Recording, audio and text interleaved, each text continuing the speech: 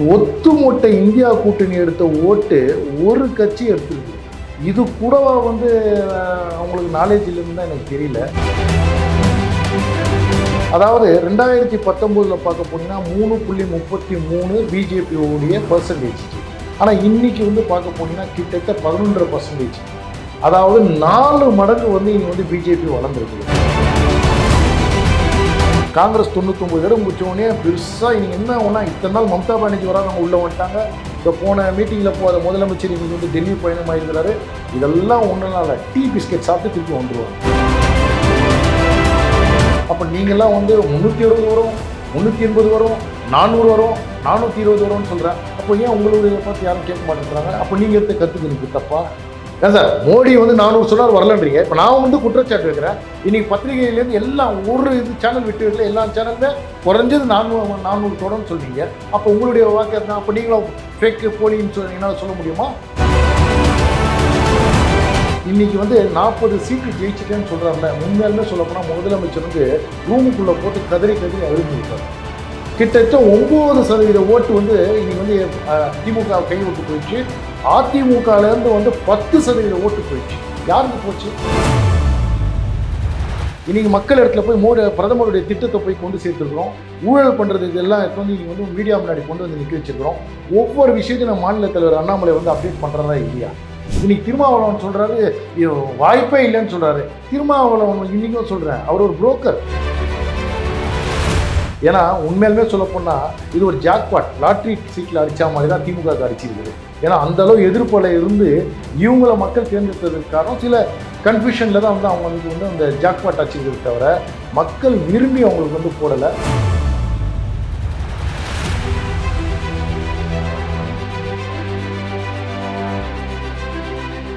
India's #1 AI empowered institution, JKKN. Admissions open for engineering, pharmacy, allied health sciences, arts, nursing and dental. JKKN Institution, Kumarapalayam. Native plus நேயர்களுக்கு வணக்கம். இன்று நம் அரங்கத்தில் நம்முடன் இணைந்திருப்பவர் BJP பிரமுகர் திரு அத்தாவுல்லா அவர்கள். வணக்கம் சார். வணக்கம். இப்போது நேற்றைய ரிசல்ட் எந்த அளவுக்கு பிஜேபி அல்லாத மக்கள் மத்தியில் எந்த அளவுக்கு பாதிப்பு இருக்கும் அப்படின்ற மாதிரி பல அரசியல் விமர்சகர்கள் பேசிட்டு வர்றாங்க. பிஜேபிக்குள்ளே இருக்கிற உங்களுக்கு இது பாதிப்பாக இருக்கா இல்லை சந்தோஷமாக இருக்கீங்களா? எனக்கு சிரிப்பு தான் வருது. அதாவது நேற்று ஃபுல்லாக என்னமோ பிஜேபி தோற்று விட்டதாகவும் என்னமோ இந்தியா கூட்டணி வெற்றி அடைஞ்சிட்டாகவும் என்னமோ இந்தியாவை காப்பாற்றிட்டதாகவும் முதுகெலும்பு உடைச்சதான் என்னென்னவோ ஒரு ரூமர்லாம் இதெல்லாம் பார்க்கும்போது எனக்கு உண்மையிலுமே சிரிப்பு தான் வருது. ஒத்துமொட்டை இந்தியா கூட்டணி எடுத்த ஓட்டு ஒரு கட்சி எடுத்துருக்குது. இது கூடவா அவங்களுக்கு நாலேஜ் இல்லைன்னு தான் எனக்கு தெரியல. இந்த மீடியாக்களில் எப்படியெல்லாம் திருச்சி போடுறாங்கன்னு பாருங்கள். 3வது முறையாக சரித்திர சாதனை படைச்சிருக்கிறாரு நம்ம பாரத பிரதமர் நரேந்திர மோடி. அவருடைய ஆட்சி தான் இங்கே தமிழகத்தில் இல்லை, ஒட்டுமொத்த இந்தியாவிலையும் அவர் ஆட்சி தான். அவரை அழிக்கணும்னு நினச்சவங்களுக்கு எல்லாருக்குமே இது பேரதிர்ச்சியாக இருக்குதுன்னு தான் நான் என் திசையிலேருந்து நான் பார்க்குறேன். உத்தரப்பிரதேஷ் மாதிரியான பாஜகவுக்கு பெருவாரியான வாக்குகள் வரக்கூடிய ஒரு மாநிலத்திலேயே பலவிதமான ஸ்ட்ராட்டஜி, இப்போ ராமர் கோயில் 2024 தான் நம்ம எலெக்ஷனுக்கு முன்னாடி தான் நம்ம அதை குடமுழுக்கு பண்ணணும் அப்படின்ற மாதிரிலாம் பிளான் பண்ணி பல ஸ்ட்ராட்டஜிக்கு மத்தியில் பிஜேபி இவ்வளோ பெரிய செட்பேக் அமைஞ்சதுக்கு காரணம் பெருவாரியான அரசியல் விமர்சகர்கள் சொல்கிறது என்ன அப்படின்னா, இஸ்லாமியர்களுக்கு எதிரான பிரதமர் மோடியோட சில பிரச்சாரத்தில் உபயோகித்த சில வார்த்தைகள் தான் காரணம். ஏன்னா 80 சட்டமன்ற தொகுதிகளுக்கு மேலே இஸ்லாமியர்கள் வாக்கு தான் அங்கே தீர்மானிக்குது அப்படின்னு சொல்கிறாங்க. இது நீங்கள் ஒரு இஸ்லாமியராக எப்படி பார்க்குறீங்க? 2014 பாரத பிரதமர் நரேந்திர மோடி ஆட்சிக்கு வந்ததுலேருந்து ஒவ்வொரு 5 வருஷமும் அவர் செட் பண்ணுற கோல் நீங்கள் சொல்கிற அந்த ராமர் கோயிலாக இருக்கட்டும், இல்லை அவர் கொடுத்த ஒவ்வொரு வாக்குறுதியாக இருக்கட்டும், இது இந்த நேரத்தில் நிறைவேற்றுன்னு சொல்லிட்டு தான் நிறைவேற்றுறாரு தவிர எதையும் புதுசாக பண்ணலை. ஏன்னா மக்கள்கிட்ட கொடுத்த வாக்கை அவர் ஒன்று ஒன்றா நிறைவேற்றிக்கிட்டு வர்றாரு. ஒன்று. ரெண்டாவது இன்னைக்கு யூபின்னு சொல்கிறீங்களே, நான் உதாரணத்துக்கு ஒரு விஷயத்த சொல்ல போனால் இன்றைக்கி இதுக்கு 2014 ஃபுல் மெஜாரிட்டியில் வந்தாங்க, 2019 முழு மெஜாரிட்டியில் வந்தாங்க. இந்த தடவை என்ன பண்ணுறாங்கன்னா பிரைம் மினிஸ்டர் ஒரு 400+ மேலே கோல் செட் பண்ணுறாங்க. ஆனால் உங்களுக்கே தெரியும் சில நேரத்தில் யானைக்கும் அடி சறுக்கும். ஆனால் அதுக்குன்னு ஆட்சியே போனதுக்கு வந்து அதுக்கு அர்த்தம் கிடையாது. அப்போ வந்து என்னென்னா வட மாநிலத்திலலாம் வந்து இன்றைக்கி பிஜேபி வந்து அந்தளவு வந்து ஒரு வலிமையாக இருக்கிற நேரத்தில் தென் மாநிலங்கத்தில் வந்து அதிக ஃபோக்கஸ் வந்து பிரதமர் கொடுத்தாரு வந்து மக்கள் உங்கள் எல்லாருக்கும் தெரியும். ஏன்னா எத்தனை பேர் விமர்சனம் பண்ணாங்க, ஏன் இவர் அடிக்கடியாக தமிழ்நாட்டுக்கு வராரு, ஏன் தமிழ்நாட்டுக்கு வராருன்னு சொல்லி. இன்றைக்கி ஆந்திராவை வந்து உங்களுக்கே நல்லா தெரியும் கைப்பற்றினாங்க. இன்றைக்கி கர்நாடகாவில் பார்ப்போம்னா வந்து 2/3 வந்து அங்கேயும் பிடிச்சாங்க. இன்றைக்கி கேரளாலேயும் வந்து ஒரு இடத்துல பதிவு பண்ணிட்டாங்க. தமிழ்நாட்டில் தயவுசெய்து அந்த அடுத்த இதுக்கு போகிறது முன்னாடி சொல்கிறேன், தமிழ்நாட்டில் வந்து நிறைய பேர் என்ன சொல்கிறாங்க, பிஜேபி வந்து வராது, மண்ணை கவ்விச்சு அண்ணாமலையுடைய பிளானிங்லாம் ஃபெயிலுன்னு. இதை நான் அப்புறம் வரேன். நான் ஒரு சின்ன உதாரணத்தை மட்டும் வந்து இங்கே சொல்லணும்னு விருப்பப்படுறேன். அதாவது 2019 பார்க்க போனீங்கன்னா 3.33 பிஜேபியோடைய பர்சன்டேஜ். ஆனால் இன்றைக்கி வந்து பார்க்க போனீங்கன்னா கிட்டத்தட்ட 11.5%. அதாவது 4 மடங்கு வந்து இனி வந்து பிஜேபி வளர்ந்துருக்குது. நீங்கள் ஒன்றா அந்த டேட்டாவை எடுத்து பாருங்கள். இல்லை, அதில் தான் ஒரு சின்ன ஒரு இன்டர்பிரிட்டேஷன் இருக்குது. ஆல்ரெடி 2014 திரு பொன்னார் அவர்கள் தலைமையில் இருந்தப்பயே 19% வாக்குகளை என்டிஏ கூட்டணி தமிழ்நாட்டில் பெற்றிருக்கு. எத்தனை சீட்டில் நின்றாங்க சொல்லுங்க. இப்போ கண்டெஸ்ட் பண்ணதோட கம்மியான தொகுதிகள் தான் ஜி. நான் சொல்கிறேன் ஜி, அதாவது 5 சீட்டில் வந்து நின்றாங்க. உங்களுக்கு இன்றைக்கி வந்து 22 இடத்துல வந்து நின்றுருக்குறாங்க. இன்றைக்கி வந்து இவங்க சொல்கிறாங்க வளரலன்னு சொல்லிட்டு. உதாரணத்துக்கு வந்து நான் உங்களுக்கு இதுவே சொல்கிறேன். 2019 வந்து திமுக வந்து 24 சீட்டில் நின்றாங்க, 33.52 எடுத்துருக்குறாங்க. இன்றைக்கி வந்து 2024 திமுகவுடைய ஓட்டு சதவீதம் எடுத்து பாருங்கள், 26.93. ஏன்னா வந்து 22 சீட்டில் நின்று.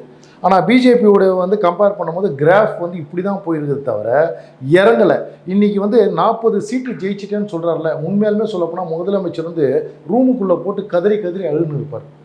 கிட்டத்தட்ட 9% ஓட்டு வந்து இன்றைக்கி வந்து திமுக கை விட்டு போயிடுச்சு.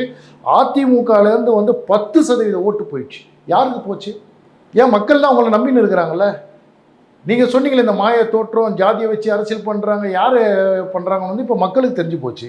இன்றைக்கி பிஜேபியுடைய வளர்ச்சி வந்து மேலே தான் போயிடுது தவிர திராவிட மாடலுடைய வளர்ச்சி வந்து வீழ்ச்சிக்கு தான் போயிருக்குது. இப்போ அடுத்தது நீங்கள் வந்து ஒரு இடத்துல ஒரு கேள்வி கேட்குறீங்க, உத்தரப்பிரதேசத்தில் இத்தனை சீட்டுன்னு. 80 தொகுதி இருக்குது. 80 தொகுதியில் கிட்டத்தட்ட 75லேருந்து 77 சீட் வரைக்கும் வந்து அங்கே பிடிப்பாங்க. ஆனால் மோடியுடைய என்னன்னா வந்து தென் தமிழகத்தில் அதிக ஃபோக்கஸ் பண்ணதால் அதே நேரத்தில் வந்து ஒரு விஷயத்தை நான் இந்த இடத்துல சொல்லணும்னு விருப்பப்படுறேன். இந்த ரிசர்வேஷன் பற்றி அவங்க பேசும்போது வந்து எதிர்கட்சியாக இருக்கிறவங்க என்ன பண்ணாங்கன்னா இது ரொம்ப அழகாக வந்து திரிச்சாங்க. இது உண்மை. இன்றைக்கி தமிழகமாகட்டும் ஒவ்வொரு மாநிலத்திலையும் மோடி எந்த கருத்தை சொன்னாரோ அதை வந்து அப்படியே திசை மாற்றி, இது உண்மை, இதை திசை மாற்றி என்ன பண்ணிட்டாங்க, மக்கள் மத்தியில் வந்து இவங்க வந்து ப்ரொபகண்டா பண்ணதால் இதோடைய ரிஃப்ளெக்ட் உண்மையாலுமே வந்து மைனாரிட்டிக்கு போயிடுச்சு. நான் இல்லைன்னா மறுக்கலை. ஏன்னா கிட்டத்தட்ட அவங்க வந்து இன்றைக்கி 48 இடம் வந்து இழந்திருக்கிறாங்கன்னா ஒத்து மொத்தமாக என்ன பண்ணிட்டாங்கன்னா அந்த இடத்துல வந்து இஸ்லாமிய சமுதாயத்தில் வந்து ஒரு பெரிய லெவலில் இது ஒரு மீட்டிங்கும் போச்சு. ஏன் தமிழ்நாட்டிலே வந்து பார்க்க போனீங்கன்னா இன்றைக்கி வந்து ஒரு எலெக்ஷனுக்கு ஒரு 2 நாளைக்கு முன்னாடி நடந்த ஒரு சம்பவம். அதாவது என்னன்னா வந்து திமுகவுக்கு மைனாரிட்டி அதிருப்தி அதிகமானதால் நாங்கள் திமுகவுக்கு ஆதரவு கொடுக்க மாட்டோம்னு இங்கே இருக்கிற ஜமாத்தெல்லாம் சொல்லிட்டாங்க. உடனே திமுக என்ன பண்ணுறாங்க, அதிமுக கிட்ட அப்ரோச் பண்ணும்போது இது வந்து பிஜேபிக்கு சாதகமாக போகும்னு சொல்லி சில இஸ்லாமிய தலைவர்களை வந்து கூப்பிட்டு கவனிக்கிற விதத்தில் கவனித்து அப்புறம் இவங்க என்ன பண்ணாங்கன்னா கடைசியில் அதிமுகவே போட்டு தள்ளிட்டாங்க. ஏன்னா வந்து அவங்களுக்கு சாதகமாக போகும்னு சொல்லிட்டு திமுக அவங்களுக்கு சாதகமாகி இன்றைக்கி அதிமுக திமுகவில் தான் நடுத்தெருவு வந்தது தவிர அந்த தோல்விக்கு காரணமே வந்து திமுக தான். ஆனால் இவங்க என்ன பண்ணுறாங்க, பிஜேபியால் தான் வந்து இந்த பிரச்சனைன்னு சொல்கிறாங்க. நிச்சயமாக வந்து இது வந்து யூபிலேயும் வந்து இதோடைய ரிஃப்ளெக்ட் ஆனதால் தான் இவ்வளோ பெரிய பாதிப்பு பாரதிய ஜனதா கட்சிக்கு ஏற்பட்டுருக்குது. ஆனால் இனி வரும் காலத்தில் நிச்சயமாக அதை வந்து திருத்திப்பாங்க. ஏன்னா இதை பற்றி வந்து நம்ம மாநில தலைவர் அண்ணாமலை வந்து ரொம்ப அழகாக விளக்கம் கொடுத்தாரு. இதுக்குள்ளே வந்து இந்த ரிசர்வேஷன் கோட்டானா என்ன ஏது இதுக்குள்ளே இருக்கிற கட்டமைப்பெல்லாம் வந்து ஒரு ப்ரெஸ் மீட்டில் அவ்வளோ தெளிவாக கொடுத்தாரு.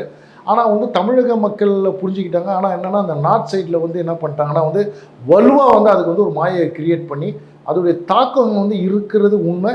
இதனால் வந்து பிஜேபிக்கு சிறிது பின்னடைவு ஏற்பட்டது உண்மை. ஆனால் இதை வச்சு வந்து பிஜேபி ஆட்சிக்கு வராதுன்னு வந்து சொல்லவே முடியாது. இந்தியா கூட்டணியோடைய கனவு ஒரு நாளும் வந்து நிறைவேறாது. நான் கேட்குறேன், இப்போ இந்தியா கூட்டணி வந்து எடுத்துக்கிற ஓட்டு எவ்வளோச்சு? ஒத்துமொட்ட இந்தியா கூட்டணி எடுத்தாலும் ஒரு பிஜேபி எடுத்த ஒரு கட்சிக்கு நிகராக வரல. எப்படி மக்கள் புறக்கணிப்பாங்கன்னு நீங்கள் சொல்கிறீங்க? இன்னமும் பாரத பிரதமர் மேலே வந்து நம்பிக்கை வைத்ததால தான் 241 தொகுதியில் வந்து தனித்து வந்து பிஜேபி வந்துருது. இன்னைக்கு கட்சி ஆள்ற அளவுக்கு வந்து இன்னைக்கு வந்து வந்திருக்குது. இப்போ உடனே பிஜேபி போய் காலில் விழுது, இவங்க நினச்சாதான் ஆட்சி நடத்த முடியும்னு வந்து இந்த பகல் காண்றது கனவு காண்றதெல்லாம் வந்து இந்தியா கூட்டணி இல்ல அது பகல் கனவுன்னு நம்ம சொல்ல முடியாது. அதுதானே இப்போ வந்து கலை யதார்த்தமா இருக்குது. எப்படி நடக்கும்? எப்படி நீங்க வந்து வெளியே இருந்து சந்திரபாபு நாயுடுவோ இல்ல நிதிஷ்குமாரோ வந்து ஆதரவு தராம எப்படி பிஜேபி கவர்மெண்ட் வந்து அமைக்க முடியும்? இன்னைக்கு திமுக யாராவது கொடுக்குறாங்க? நான் கேட்குறேன், இப்போ 40 தொகுதி ஜெயிச்சாங்கன்னு சொல்றாங்கல்ல, அப்ப திமுக நாங்க 22 தொகுதி ஜெயிச்சோன்னு சொல்ல வேண்டியது தானே? இல்ல நான் இன்னொரு சைடு கூட்டணின்னு வந்துட்டீங்க. இப்போ இந்த நீங்க வந்து 40ம் நம்மதே நாடும் நம்மதேன்னு வந்து நம்ம இங்க இருக்கிற ஒரு கோஷம் போடுறாரு. அப்ப நீ வந்து கூட்டணி சேர்த்து தானே கோஷம் போடுற. இப்ப நீ கோஷம் போட்டா ஓகே, ஆனா அங்க வந்து பிரதமர் வந்து 240 தான் பிடிச்சாரு. இந்த கூட்டணி தர்ம பிரகாரம் வந்து எல்லாம் நன்மையே நடக்கும். கூடிய விரைவில் வந்து பிஜேபியில் வந்து நம்ம பிரதமர் மறுபடியும் வந்து பதவி பிரமாணம் எடுக்க தான் போகிறாங்க. இவங்கெல்லாம் வந்து இவங்க நினச்ச கனவு பலிக்காமல் தான் போகுது. அதே நேரத்தில் கூட்டணின்னு வந்து சொல்கிறேன். நான் ஒரு விஷயத்தை மட்டும் கேட்குறேன், காங்கிரஸ் இது வரைக்கும் ஆண்டில் எத்தனை முறை கூட்டணி அமைச்சிக்கிறாங்க ஜி சொல்லுங்க? கிட்டத்தட்ட 7-8 முறை வந்து கூட்டணி அமைச்சு தாங்க ஆட்சிக்கே வந்திருக்கிறாங்க. அதோட இங்கே உள்ள நம்ம தமிழக முதலமைச்சர் ஸ்டாலின் எத்துங்க தைரியம் தான் வந்து தனியாக நிற்கிறேன்னு சொல்கிறாங்க. கூட்டணி இல்லாமல் அவரால் வந்து சாதித்து காட்ட சொல்லுங்கள் பார்ப்போம். ஒரு டைமில் வந்து காங்கிரஸும், எனக்கு தெரிஞ்சு சரியாக சொல்கிறது இருந்தால் காங்கிரஸும் கம்யூனிஸ்ட்டும் தனித்து நின்றாங்க. அப்போ வந்து திமுக மண்ணை கவ்விச்சு. எனக்கு தெரிஞ்சு அது 2014 2004 வந்து தெரில. 2004 தான் வந்து திமுக 40 சீட்டு பிடிச்சிது. கிட்டத்தட்ட 20 வருஷம் கழிச்சு தான் வந்து இவங்க வந்து இந்த சீட்டை பிடிச்சிருக்கிறாங்க.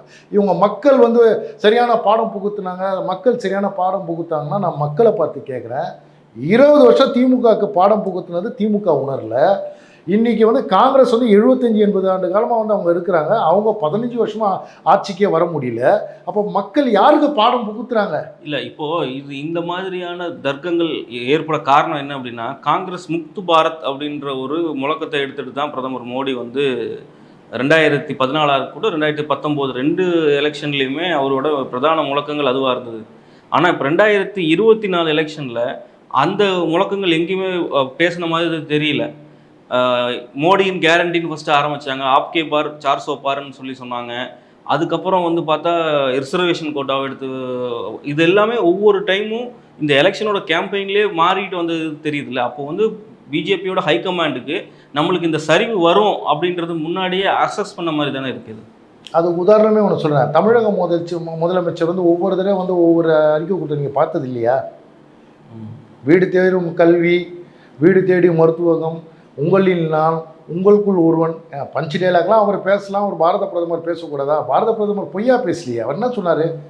அப்கி பார் 400 பார். 400 என்ன 400 நான் எடுப்பேன்னு சொல்கிறது.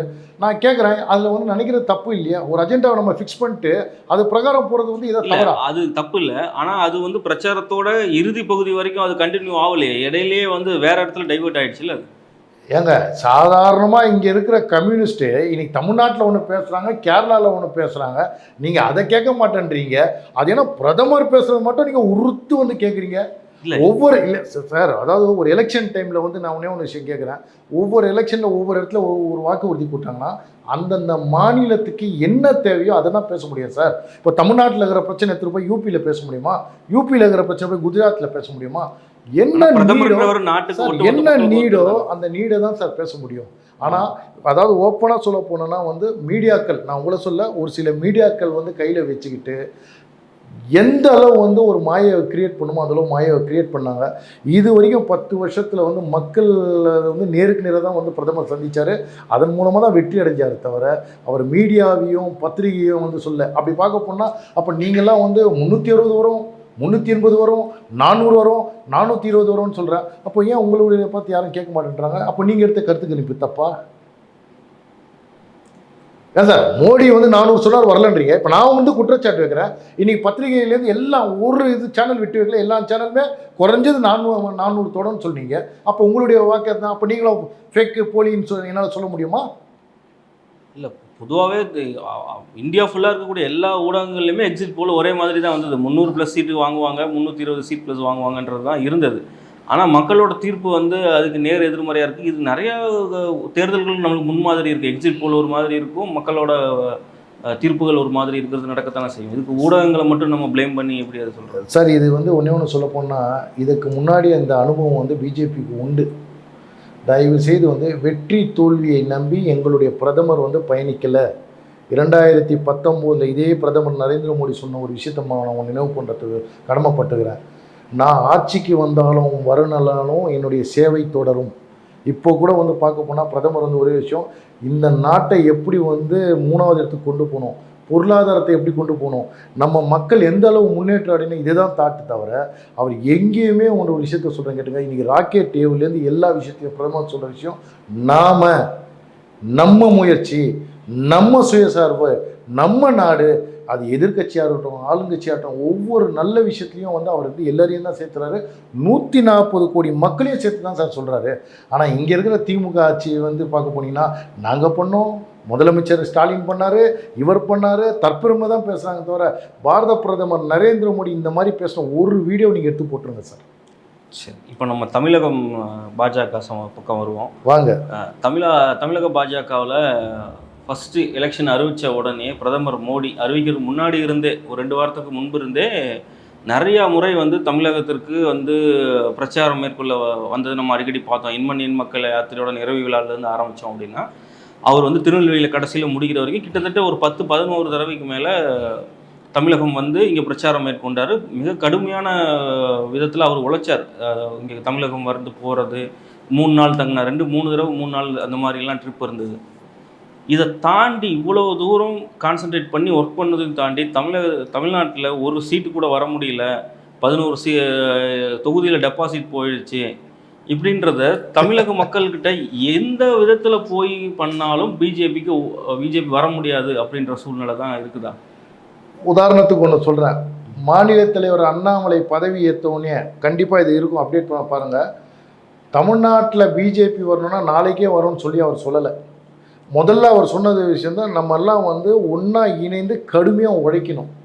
2026 வந்து பார்க்க போனீங்கன்னா வந்து எதிர்கட்சியாக நம்ம உட்காருவோம். 2031 நம்ம ஆட்சியை பிடிப்போம். அதுக்கு உள்ளாட்சி தேர்தலில் வந்து எந்தளவு ஒரு பர்சன்டேஜை வந்து காட்டினாருன்னு உங்களுக்கு தெரியும். இன்றைக்கி வந்து எண் மக்கள் யாத்திரை வந்து இன்றைக்கி வந்து பார்க்க போனால் அனைத்து மாவட்டத்துலேயும் வந்து அவர் வந்து நடப்பயணம் பண்ணார். அதே நேரத்தில் அவர் வந்து வச்ச கோரிக்கை தலைமைக்கு மறந்துடக்கூடாது. முதல்ல நம்ம எங்கே இருக்கிறோம், நம்ம வலிமை என்ன, நம்ம யாருன்னு வந்து அதை காட்டணும். 1 சீட்டுக்கும் 3 சீட்டுக்கும் கையேந்தக்கூடாதுன்னு சொல்லிட்டு அவர் தலைமையிடம் வந்து அந்தளவு போராட்டம் நடத்தியிருக்கிறாரு. இதனால் இன்றைக்கி வந்து அதிமுகவுக்கும் வந்து பிஜேபி தான் காரணம்னு சொன்னோன்னா கண்டிப்பாக கிடையாது. முதல்ல நீங்கள் ஒன்றா பாருங்கள், சட்டமன்ற எலெக்ஷன் முடிஞ்ச உடனே அதிமுகவை சேர்ந்த சிவி சண்முகம் போதையில் வந்து ஒரு ஸ்டேஜில் பேசியிருப்பார், இஸ்லாமியர்கள் ஓட்டு போடுறதுக்கு காரணம் பிஜேபின்னு சொல்லிட்டு. அன்றைக்கி அந்த இடத்துல எடப்பாடி பழனிசாமி அவரை கூப்பிட்டு கண்டித்து இருந்தாருன்னா இன்றைக்கி பிஜேபியும் வந்து இன்றைக்கி அதிமுகவும் வந்து பிரிவினை ஏற்பட்டிருக்காது ஒன்று. அதே நேரத்தில் வந்து ஒரு மாநில தலைவராக வந்து என்ன பண்ணார்னா வந்து நீங்கள் யாருமே அதை பற்றி பேசக்கூடாது, எந்த பிரச்சனை இருந்தாலும் சரி, எந்த நல்லது கெட்ட இருந்தாலும் அதுக்கு நானே பொறுப்புன்னு சொல்லிட்டு தான் அவர் ஒவ்வொரு முறையும் வந்து அந்த இடத்துல மீடியாவில் வந்து அவர் வந்து அவருடைய பைட்டு கொடுத்துன்னு தான் இருக்கிறார், எல்லா விளக்கத்தும் வந்து கொடுத்துன்னு இருக்கிறாரு. இன்றைக்கி அப்படி இருக்கும்போது இன்றைக்கி காலாகாலமாக வந்து எம்பி சீட்டில் ஒரு 4 சீட் 3 சீட் கொடுப்பாங்களா சார்?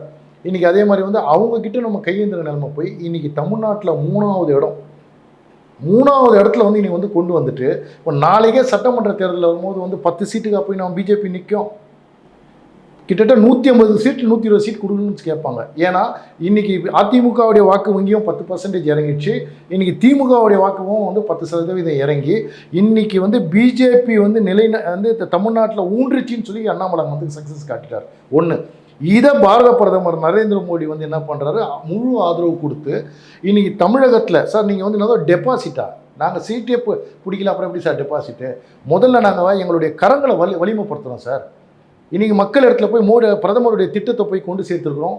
ஊழல் பண்ணுறதுக்கு எல்லாம் எடுத்து வந்து இன்றைக்கி வந்து மீடியா முன்னாடி கொண்டு வந்து நிற்க வச்சுருக்கிறோம். ஒவ்வொரு விஷயத்தையும் நம்ம மாநில தலைவர் அண்ணாமலை வந்து அப்டேட் பண்ணுறதா இல்லையா? இன்றைக்கி மக்கள் மத்தியில் மாற்றத்தால் தான் சார் இன்றைக்கி இந்த 11.5% எப்படி நீங்கள் வந்து டெபாசிட் இல்லைன்னு சொல்லுவீங்க, எப்படி வீழ்ச்சின்னு சொல்லுவீங்க? இன்றைக்கி திருமாவளவன் சொல்கிறாரு வாய்ப்பே இல்லைன்னு சொல்கிறாரு. திருமாவளவன் இன்றைக்கும் சொல்கிறேன், அவர் ஒரு புரோக்கர். நாளைக்கே வந்து அவர் பிஜேபி பக்கமும் சாய்வார். ஏன்னா இதே வந்து வந்து இலங்கை காங்கிரஸோட கூட்டணி வைக்க மாட்டேன்னாரு, பின்கதுவாக போயிட்டு ராஜபக்சோட பொருளை கிஃப்ட்டை வாங்கி வந்தார், திருப்பி காங்கிரஸோட ஒட்டு வருவாருன்னாரு. நாளைக்கு எங்கே கூட வருவார். அவர் ஒரு வியாபாரி, அவருக்கு எங்கே வந்து வியாபாரம் நடக்குதோ அவர் அங்கே போகிறாரு. தயவு செய்து தமிழகத்தில் வந்து பிஜேபி வந்து கால் ஊன்ற முடியாதுலாம் சொல்லாதீங்க. 2026 அதுக்கு தகுந்த பதிலடி கிடைச்சிடும். இப்போ வந்து ஒன்றும் இல்லை, ஓட்டு சதவீதத்தை நீங்கள் பாருங்கள், நாங்கள் மறைக்கல, பேப்பரில் கண்டிப்பாக போட்டிருப்பாங்க, எடுத்து பாருங்கள். திமுகவுடைய வாக்கு வங்கி சரிஞ்சு இருக்குதா, அதிமுக அது சரிஞ்சு இருக்குதா, இல்லை பிஜேபி இது எந்த அளவு போயிதுன்னு. எங்களை பொறுத்த வரைக்கும் நாங்கள் வெற்றி அடைஞ்சிருக்கிறோம், வெற்றி நடை போட்டுக்கிட்டு இருக்கிறோம். அதையும் வீடியோ ஒன்று சொல்கிறேன் கேட்டுங்க. ஒவ்வொரு எலெக்ஷன்லேயும் பணம் விளையாடாமல் விளையாடாதா சார்? கண்டிப்பாக விளையாடும். 3000 4000 விளையாடும்.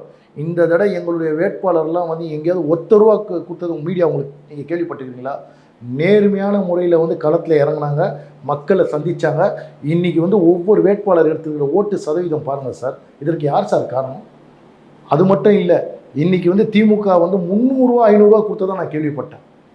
அப்போ அந்த இடத்துல வந்து பணத்தை கூட வந்து அந்த அளவு வந்து சேர முடியாத அளவுக்கு வந்து இன்றைக்கி வந்து மிக நேர்த்தியாக நியாயமாக வந்து பார்த்தா ₹1 இல்லாமல் வாங்கின ஓட்டு தான் இன்றைக்கி வந்து 11% ஓட்டு. மறந்துடாதீங்க, மற்றவங்க எல்லாம் பணத்தை தான் கொடுத்தாங்க. ஏன்னா இதனால் ஓட்டு சதவீதம் கம்மியானதுக்கு நிறைய பேர் சொல்கிறாங்க. உண்மை சொல்ல போனால் கீழ்மட்டத்தில் இருக்கிறவங்களுக்கு பணம் போய் சேரலை. இரண்டாவது வந்து பார்க்க போனீங்கன்னா வந்து அவங்களுக்கு வந்து யாருக்கு ஓட்டு போடுறது, ஏன்னா வந்து காலாகாலமாக அதிமுகன்னு வந்து சொல்லும் போது அதனால் நிறைய பேர் போடலை. ஏன்னா இன்னும் அவங்களுக்கு பிஜேபிக்கு வந்து போடுறதுக்கு சிலருக்கு மனம் வரல. அடுத்த தேர்தலில் வந்து நீங்கள் வந்து பாருங்கள், பிஜேபி மிக பெரிய ஒரு ஓட்டு வங்கியாக மாறும். இல்லை, இப்போது நீங்கள் சொன்னீங்க வாக்கு சதவீதம் அதிகமாக இருக்குது, நிச்சயமாக பணம் கொடுக்காம நம்ம வந்து 3வது இடத்துக்கு வந்திருக்கோம் அப்படின்னு. நிச்சயமாக இன்னொரு தரப்பினர், அதாவது என்ன சொல், அர்த்தமேட்டிக் கால்குலேஷன் படி நிறைய பேர் டேட்டா அனாலிசிஸ்லாம் சொல்கிறது என்ன அப்படின்னா, ஏடிஎம்கே கூட வந்து அலையன்ஸ் இருந்திருந்தால் இந்த திமுக இவ்வளோ பெரிய வெற்றி வந்திருக்க முடியாது. பாதிக்கு மேலே சீட்டு வந்து பிரதமர் மோடிக்கு வந்து இங்கே வந்து ரொம்ப ஃப்ரீக்வெண்ட்டாக கிடச்சிருக்கும். இப்போ இந்த நெருக்கடியான சூழ்நிலை மேலே அமையாமல் கூட இருந்திருக்கும். ஏடிஎம்கே கூட அலையன்ஸ் இருந்திருந்தால் இப்போ பிரதமர் மோடிக்கு இந்த நெருக்கடி இருக்காது அப்படின்ற மாதிரியும் சொல்கிறாங்க. இது நீங்கள் எப்படி பார்க்குறீங்க சார்? என்ன கேட்டால் சில நேரத்தில் சில நெருக்கடிகள் வந்து சந்திச்சு தான் ஆகணும். இன்றைக்கி மாநில தலைவர் அண்ணாமலை வந்து அவருடைய முயற்சியால் வந்து அந்த இடத்துல ப்ரூஃப் பண்ணி காட்டிட்டார். இனிமேல் 2 சீட்டுக்கு நம்ம அலைய தேவையில்லை. இன்றைக்கி நம்ம வந்து ஓப்பனாக சொல்ல போனால் இன்றைக்கி வந்து அதிமுக திமுகவுக்கு தாண்டி ஒரு கட்சியை வந்து இன்றைக்கி தமிழ்நாட்டில் நிலைநாட்டிட்டார். மறந்துடாதீங்க. அதே நேரத்தில் நான் மக்கள்கிட்டையும் இந்த விஷயத்த சொல்லணும்னு விருப்பப்படுறேன். கடந்த 5 வருஷமாக வந்து திமுகவில் இருக்கிற 38 எம்பிங்களும் வந்து உங்கள் தொகுதியில் கூட வந்து எட்டி பார்த்தாங்களா? வெற்றி அடைஞ்சு வந்து ஒரு நன்றியாவது தெரிவித்தாங்களா? ஆனால் வராதவங்க வந்து மறுபடியும் நீங்கள் ஆட்சிக்கு அவங்கள உட்கார வந்தீங்கன்னா இது தமிழக மக்கள் அவங்களுக்கு போட்ட ஓட்டு இல்லையா, அதை அனுபவிக்க தான் போகிறாங்க. ஏன்னா உண்மையிலுமே சொல்லப்போனால் இது ஒரு ஜாக்பாட், லாட்ரி சீட்டில் அடித்தா மாதிரி தான் திமுக அடிச்சிருக்குது. ஏன்னா அந்தளவு எதிர்ப்பில் இருந்து இவங்கள மக்கள் தேர்ந்தெடுத்ததுக்கு காரணம் சில கன்ஃபியூஷனில் தான் வந்து அவங்களுக்கு வந்து அந்த ஜாக்பாட் அடிச்சிருக்குது தவிர மக்கள் விரும்பி அவங்களுக்கு வந்து போடலை. இன்னும் இந்த 5 வருஷத்தையும் பாருங்கள், இந்த எம்பிங்கள் வந்து மக்களுடைய பேரை சொல்லி இவங்க மாதம் சம்பளம் வாங்குறதை தவிர தமிழ்நாட்டுக்கு இதுக்கு முன்னாடி என்ன பண்ணாங்களோ அதே தான் மறுபடியும் இந்த மக்களுக்கு பண்ண போகிறாங்க. அதனால் வந்து இனி வரும் காலத்தில் வந்து உங்களுடைய ஓட்டு என்னென்னா, உங்கள் ஓட்டு போட்டு உங்களுடைய வேதனையை வந்து அங்கே வந்து என்னென்னா இன்றைக்கி வந்து பாராளுமன்றத்தில் சொல்கிறதா இருக்கும். உங்களுடைய கோரிக்கை அங்கே நிறைவேற்றுற மாதிரி அவளை வந்து தேர்ந்தெடுத்து ஓட்டு போடுங்க. இவங்கெல்லாம் அங்கே போய் தூங்க தான் போகிறாங்க. இப்பயும் சொல்கிறேன், இந்த போட்ட இந்த 40 பேருமே அட்டர் வேஸ்ட்.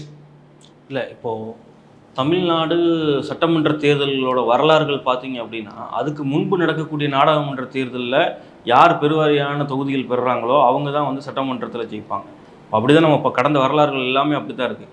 இந்த தடவை போன தடவை இருந்ததை விட ஒரு சீட் அதிகமாக வாங்கி 40க்கு 40 திமுக வந்திருக்கு. இந்த தடவை வரக்கூடிய 2026 சட்டமன்றத்தில் இதே மாதிரியான வெற்றி அவங்களுக்கு கிடைக்காதுன்னு எப்படி நம்ம சொல்ல முடியும்? நீங்கள் வந்து அந்த டைமில் அவங்களுக்கு வந்து நெருக்கடி கொடுக்கணுன்னா அந்த சமயத்துலேயும் இந்த மாதிரியான கட்சிகள் பிரிஞ்சு நின்று தேர்தலை சந்தித்தா அது திமுகவுக்கு வந்து பெரிய பலன் அளிக்க தானே செய்யும்.